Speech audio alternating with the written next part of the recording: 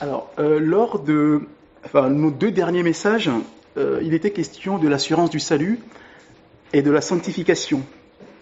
Et nous avions dit que, en fait, la sanctification est la raison de notre assurance du salut, c'est-à-dire que lorsque je vis dans la sanctification, je suis certain d'être sauvé.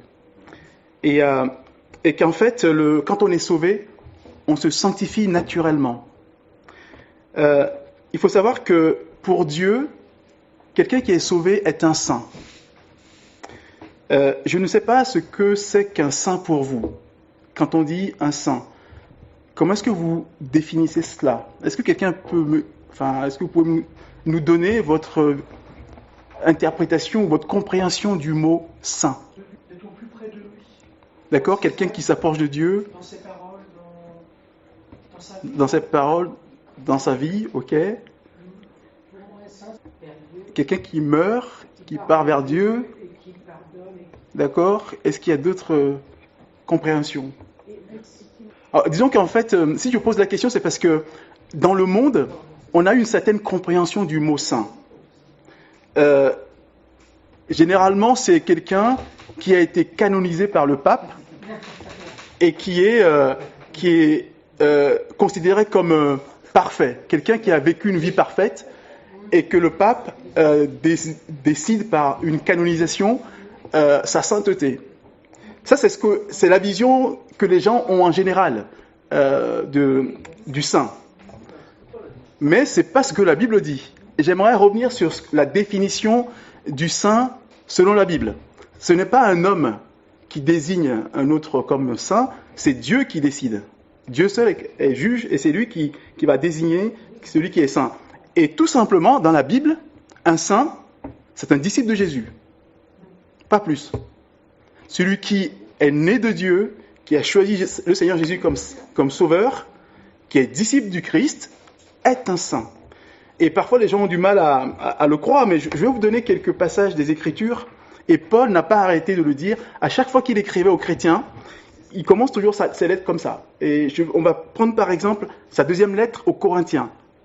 Chapitre 1, verset 1.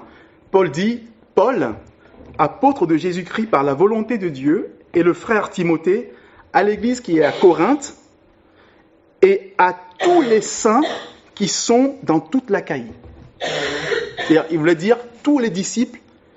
Et quand il écrit aux Éphésiens, même chose, Paul, apôtre de Jésus-Christ par la volonté de Dieu, aux saints qui sont à Éphèse et aux fidèles en Jésus-Christ. Aux Philippiens, pareil. Paul et Timothée, serviteurs de Jésus-Christ, à tous les saints en Jésus-Christ qui sont à Philippe. Aux Colossiens, Paul, apôtre de Jésus-Christ par la volonté de Dieu, et le frère Timothée, aux saints et fidèles frères en Christ qui sont à Colosse. Et l'auteur de la lettre aux Hébreux, dans cette lettre au chapitre 3, verset 1, lui aussi, il s'adresse donc aux chrétiens en disant « Frères saints qui avaient part à la vocation céleste ». Ça, c'est la définition biblique. Du moment où j'ai choisi Jésus comme Seigneur et Sauveur, que je suis né d'en haut, je deviens un saint. Ça, c'est la définition de la Bible. Donc, ce n'est pas une question de canonisation. Moi, j'en suis tellement convaincu que je n'hésite pas à le dire, au point que, au travail, certains m'appellent Saint Éric ou le Saint. Je vous avais donné quelques surnoms qu'on me donnait au travail, c'est ces deux-là aussi, pour la simple et bonne raison que j'ai dit clairement à mes collègues que j'étais saint. Évidemment, ils ont été choqués en disant « mais tu n'as pas les chevilles qui enflent un peu? Quelle présomption !» Et je leur ai expliqué la vision biblique. J'ai dit « je suis saint parce que je suis disciple de Jésus-Christ ». En fait, c'était une occasion aussi pour moi pour leur parler de l'Évangile. Mais je leur dis clairement que je suis saint. Et jusqu'à maintenant, certains m'appellent le saint ou Saint Éric. Alors, et vous, je vous pose la question, est-ce que vous êtes saint? C'est à chacun de voir. Moi, je n'hésite pas à le dire parce que j'en suis convaincu. Alors, parfois, ce qui fait que les gens ont du mal à se dire saint, c'est parce qu'avec la définition que j'ai donnée au début, la définition du monde, de quelqu'un qui est parfait, c'est ça la sainteté, la perfection. Alors certains se disent « Oh non, je ne suis pas saint parce que je pêche encore. » Oui, voilà. Alors, en fait, c'est à cette question que j'aimerais répondre ce matin. En tant que saint, pourquoi je pêche encore alors que je suis saint? Nous allons tout reprendre à la base, au tout début. Enfin, nous avons une nature qu'on appelle la nature adamique, que nous détenons d'Adam. Cette nature, elle est pécheresse. Elle est pécheresse et dès notre naissance, nous avons cette nature. Du fait que nous naissons d'Adam. Nous descendons d'Adam, donc nous avons sa nature. Cette nature adamique qui est pécheresse. Et David écrit dans le psaume 51, verset 7, « Je suis né dans l'iniquité et ma mère m'a conçu dans le péché. » Dès la naissance, nous sommes pécheurs. Parce que nous avons cette nature adamique. Et Jésus dira dans Jean chapitre 3, verset 6, « Ce qui est né de la chair est chair. » La chair, en fait, c'est un autre nom de la nature adamique. On l'appelle aussi la chair. Et il faut dire que la chair, d'après la Bible, ne peut pas se soumettre à Dieu. La chair, c'est Paul qui l'écrit aux Romains, dans sa lettre au chapitre 8, verset 7, « Car l'affection de la chair est inimitié contre Dieu, parce qu'elle ne se soumet pas à la loi de Dieu, et qu'elle ne le peut même pas. » La chair ne peut pas se soumettre à la loi de Dieu. C'est impossible, parce qu'aucun bien n'habite dans la chair. Cette nature adamique n'a aucun bien en elle. Et Paul nous le dit dans, vous connaissez sans doute ce passage de Romains chapitre 7, versets 18 à 20, et là ce témoignage que nous donne Paul, « Ce qui est bon, je le sais, n'habite pas en moi, c'est-à-dire en ma chair. J'ai la volonté, mais non le pouvoir de faire le bien. Car je ne fais pas le bien que je veux, et je fais le mal que je ne veux pas. Et si je fais ce que je ne veux pas, ce n'est plus moi qui le fais, mais c'est le péché qui habite en moi. » Voilà encore un autre nom de la nature adamique, le péché. En fait, cette nature adamique a plusieurs noms dans la Bible. On l'appelle donc aussi le péché. On l'appelle aussi le vieil homme. Parfois, Paul l'appelle le vieil homme, qui est en nous. Romains chapitre 6, verset 6. Sachant que notre vieil homme a été crucifié avec lui, afin que le corps du péché fût détruit, pour que nous ne soyons plus esclaves du péché. Mais là se pose encore la question, si mon vieil homme a été crucifié, pourquoi je pêche encore? On va y répondre tout à l'heure. Donc je résume un petit peu toutes les définitions que la Bible donne, ou comment la Bible qualifie la nature adamique. C'est le vieil homme, c'est le péché, c'est la chair. Mais j'aimerais quand même faire une remarque, c'est que la chair n'est pas forcément le péché. La chair peut parfois juste désigner le corps physique dans la Bible. C'est-à-dire que si vous prenez par exemple la première lettre de Paul au Timothée, chapitre 3, verset 16, il écrit « Et sans contredit, le mystère de la piété est grand. Celui qui a été manifesté en chair, justifié par l'Esprit, vu des anges, prêché aux gentils, cru dans le monde, élevé dans la gloire. » De qui parle-t-il? De Jésus. D'accord, qui a été manifesté en chair, mais il ne voulait pas dire qu'il a été manifesté dans le péché. Il a été manifesté dans la chair, dans le corps physique. C'est ce qu'il voulait dire. Parce qu'il n'y a pas de péché en Christ. La Bible nous le dit très bien. 1 Jean chapitre 3 verset 5. « Or, vous le savez, Jésus a paru pour ôter les péchés. Il n'y a point en lui de péché. » Il n'y a aucun péché en Christ. Voilà. Donc, mais justement, c'est cette nature du Christ que nous acquérons au moment de la conversion. On acquiert en fait la nature, une nouvelle nature. Et c'est ça qui nous donne, qui fait de nous en fait de nouvelles créatures, dit la Bible. 2 Corinthiens chapitre 5 verset 17. « Si quelqu'un est en Christ, il est une nouvelle créature. » Parce qu'en fait, il a acquis une nature nouvelle, une nouvelle nature, qui est en fait la conséquence de la naissance d'en haut. Alors, en fait, c'est une œuvre que Dieu fait. Dieu va régénérer l'esprit complètement au moment où on se convertit. C'est une œuvre de Dieu, c'est une œuvre créatrice de Dieu. Dieu crée une nature nouvelle dans la personne qui se convertit. Et en fait, la personne acquiert une nature divine, carrément. On acquiert une nature divine. Et la nature divine, c'est aussi un autre nom de la nouvelle nature. L'apôtre Pierre, dans sa deuxième lettre, nous écrit ceci au chapitre 1, versets 3 et 4. « Comme sa divine puissance nous a donné tout ce qui contribue à la vie et à la piété, au moyen de la connaissance de celui qui nous a appelés par sa propre gloire et par sa vertu, lesquels nous assurent de sa part les plus grandes et les plus précieuses promesses, afin que par elles, vous deveniez participants de la nature divine. C'est ça, en fait, on devient participant de la nature divine. On acquiert une nature divine en nous. Voilà, donc, on a ces noms-là, on a aussi, cette nouvelle nature s'appelle aussi l'homme intérieur, dans la Bible. Romains chapitre 7, verset 22. Car je prends plaisir à la loi de Dieu selon l'homme intérieur. Voilà, on trouve aussi ce vocabulaire, ou on l'appelle aussi l'homme nouveau, cette nouvelle nature qu'on acquiert. C'est Paul qui l'écrit aux Éphésiens, au chapitre 4, verset 24. Il nous invite à revêtir l'homme nouveau, créé selon Dieu dans une justice et une sainteté que produit la vérité.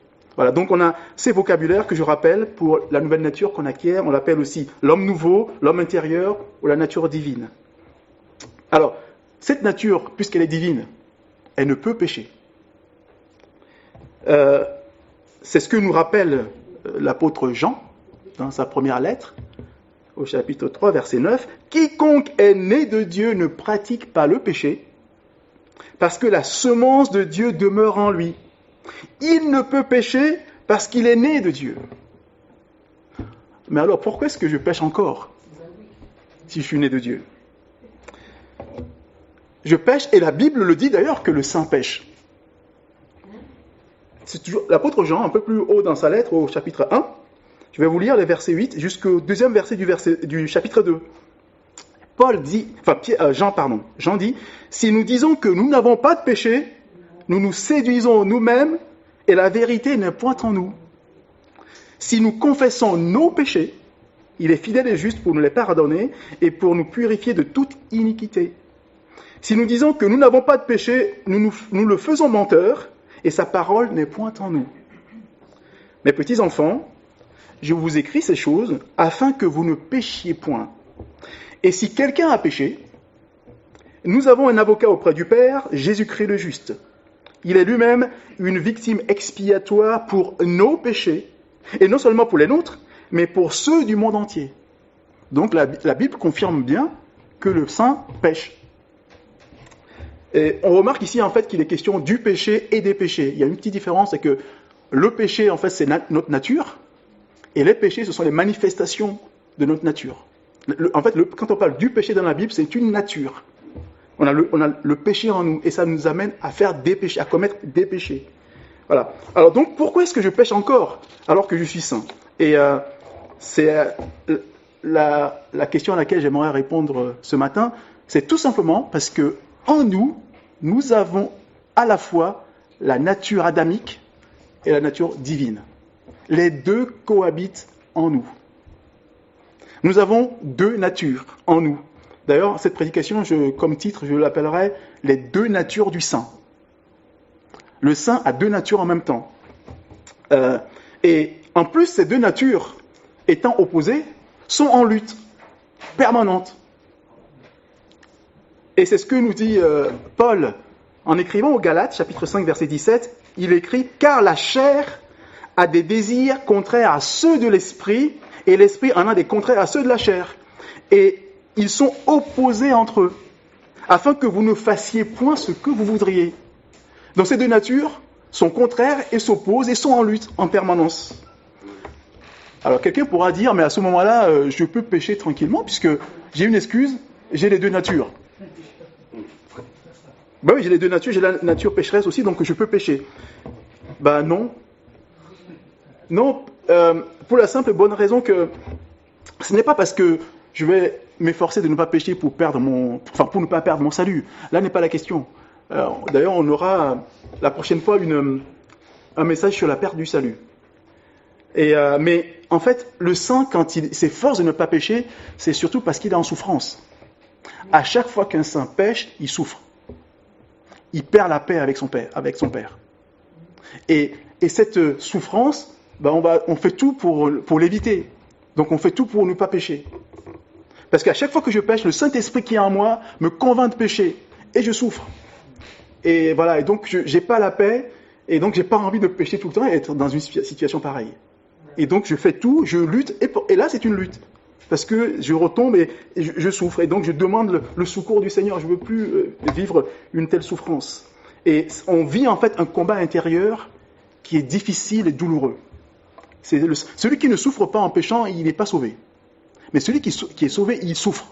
Parce qu'il est en combat. Tout le temps, il est en combat. À chaque fois qu'il attriste le cœur de son Père.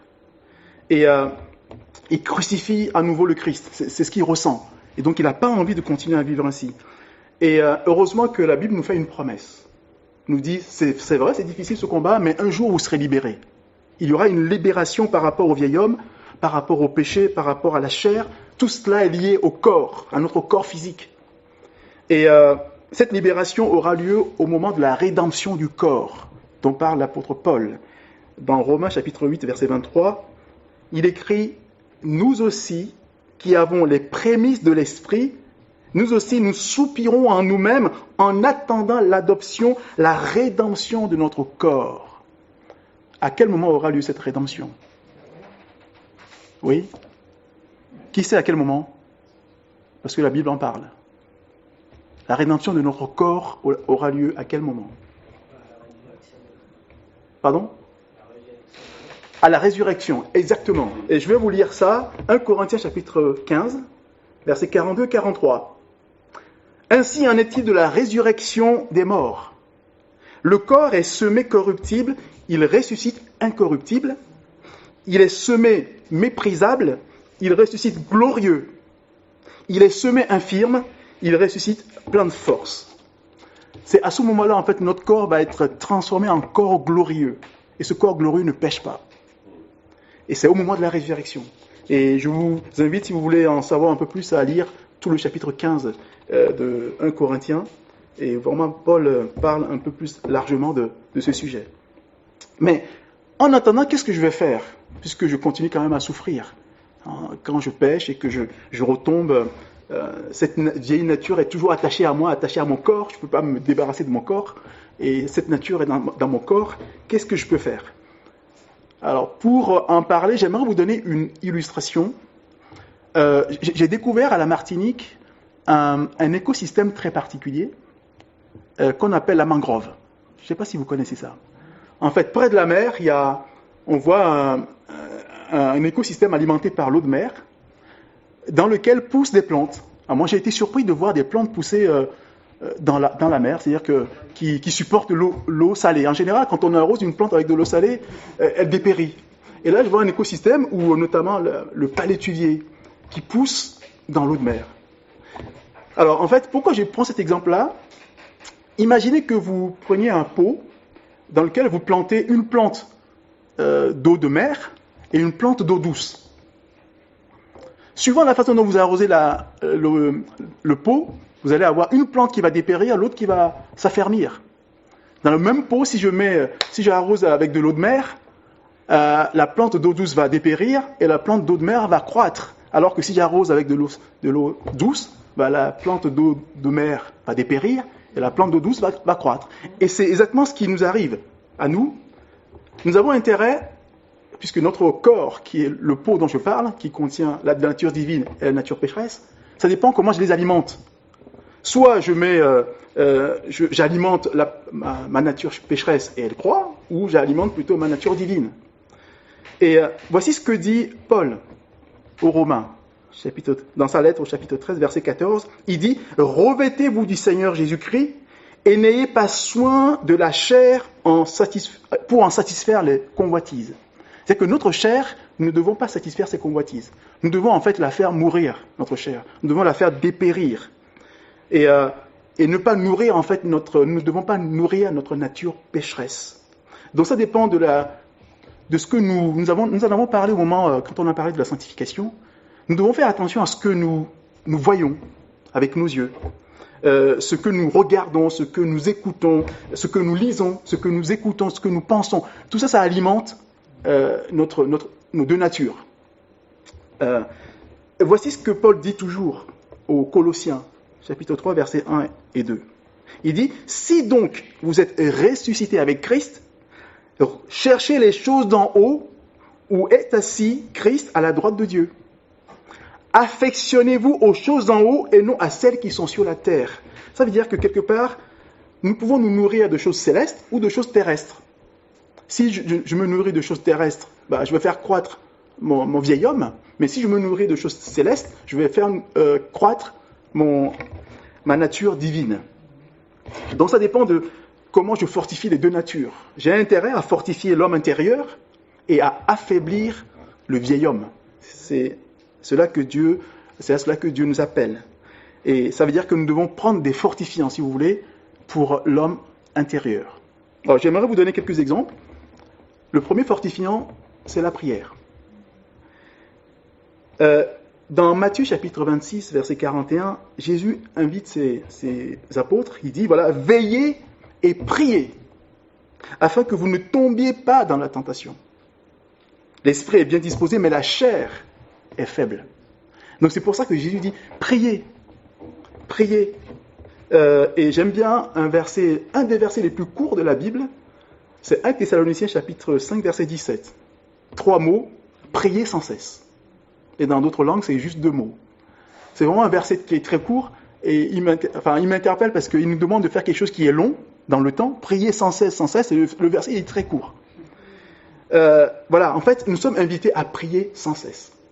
Plus je prie, plus je vais nourrir mon homme intérieur et je vais affaiblir mon vieil homme. Et ces prières peuvent être aussi chantées. Et ça m'amène au deuxième fortifiant qui est la louange que nous avons faite ce matin. Les louanges, ce sont des prières chantées. Donc la louange aussi est un fortifiant de notre homme intérieur. Et Paul écrit aux Éphésiens, au chapitre 5, verset 19, « Entretenez-vous par des psaumes, par des hymnes et par des cantiques spirituels, chantant et célébrant de tout votre cœur les louanges du Seigneur. » On nous invite à cela, parce que ça va fortifier notre homme intérieur et faire mourir le vieil homme. Et d'ailleurs, c'est pour ça que,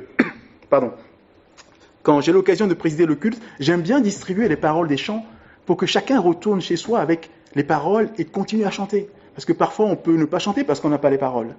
Mais c'est pour ça que j'aime bien que chacun puisse avoir les paroles et continuer à chanter régulièrement pour alimenter cet homme intérieur. Il y a un troisième fortifiant, c'est la parole de Dieu. Nous le connaissons tous. Dans le psaume 1, verset 2, il est écrit « Heureux l'homme qui trouve son plaisir dans la loi de l'Éternel et qui la médite jour et nuit. » La méditation de la parole de Dieu, ça nous fortifie, ça fortifie l'homme intérieur. En fait, nous sommes appelés à nous nourrir de la parole de Dieu. Ça va nourrir notre âme, ça va nourrir notre homme intérieur. Et c'est aussi pour ça, tout à l'heure, je vous ai parlé des références que j'aime bien donner à qui veut à la fin des prédications, pour que chacun puisse encore continuer à la maison à retravailler les textes, à se nourrir de la parole de Dieu. C'est vraiment quelque chose qui nous fortifie. Donc, ce sont des choses qui sont concrètes. La prière, la louange, la méditation de la parole de Dieu, ce sont des choses qui sont concrètes et qui vont nous aider, en fait, à vaincre, à avoir la victoire sur le vieil homme, sur la chair, sur le péché. C'est comme ça que je travaille, je vais faire grandir mon homme intérieur. Bref, il faut que j'ai de l'intimité avec Dieu. Plus je développe de l'intimité avec Dieu, plus j'aurai la force, et la force de fuir le péché. Et je vais tomber de moins en moins dans le péché parce que la nature divine grandit en moi. Et je ne peux plus pécher. Cette nature ne veut pas pécher. Donc c'est ça qui va tout le temps ressurgir. Quand je suis face au péché, c'est la nature de Dieu qui va ressurgir. Dans le message de la sanctification, je disais que la sanctification, ce n'est pas la prière, ce n'est pas la louange, ce n'est pas la méditation de la parole de Dieu. Et que c'est plutôt la conduite, c'est notre conduite qui est la sanctification. En revanche, tout ce que je viens de dire, c'est ça qui va me permettre d'avoir une vie sanctifiée. C'est un peu comme un carburant pour un moteur. Le moteur qui tourne, c'est la sanctification. Mais ce qui permet au moteur de tourner, c'est le carburant, c'est-à-dire tout ce que je viens de citer maintenant. Donc il y a toutes ces choses-là qui vont me permettre, ce que les gens voient, ce qui est visible, c'est le moteur qui tourne. Et le carburant, il est à l'intérieur. Donc ce que nous faisons pour nous sanctifier, les gens ne le voient pas. Par contre, notre vie, devant tout le monde, ça se voit. C'est cette vie qui doit être sainte. C'est ça la sanctification. Et c'est un peu comme la plante. La plante, on la voit, mais l'eau qu'il y a dans le pot, on ne voit pas forcément l'eau. Voilà, donc tout ce que nous faisons pour nous sanctifier, c'est quelque part, c'est discret. C'est ce que nous faisons chez nous dans la prière, la méditation de la parole de Dieu. Mais c'est ça qui nous permet vraiment de grandir comme enfants de Dieu. Notre nature divine va grandir et là on aura la victoire sur le péché. Donc pour conclure, et pour répondre à la question de départ, pourquoi je pêche encore, c'est parce que j'ai deux natures qui cohabitent en moi. Parce que certains pensent que dès qu'on est sauvé, on n'a que la nature divine. Après, ils s'étonnent qu'ils pêchent. Parce qu'on a toujours les deux natures. Il n'y a que la nature adamique qui peut pécher. La nature divine ne peut pas pécher. Donc c'est elle qui pêche. Et donc, notre but, c'est d'affaiblir ce vieil homme, cette nature pécheresse adamique. Donc pour ça, il nous faut toujours plus d'intimité avec Dieu. À travers, comme je l'ai dit, la prière, la louange, la méditation de la parole de Dieu. Et donc pour avoir la victoire sur ce vieil homme, finalement, sur la chair, sur le péché, je dois me nourrir des choses d'en haut. C'est ça que dit Paul. Les choses d'en haut, c'est ce que je viens de citer. Et donc j'aimerais terminer en vous rappelant ce verset comme dernière exhortation, les versets 1 et 2 de Colossiens 3, et je m'arrêterai là. Que ce soit vraiment un encouragement pour chacun de nous. Paul nous écrit, « Si vous êtes ressuscité avec Christ, cherchez les choses d'en haut, et non celles qui sont, où Christ est assis à la droite de Dieu. Affectionnez-vous aux choses d'en haut, et non à celles qui sont sur la terre. » Que Dieu vous bénisse. Amen.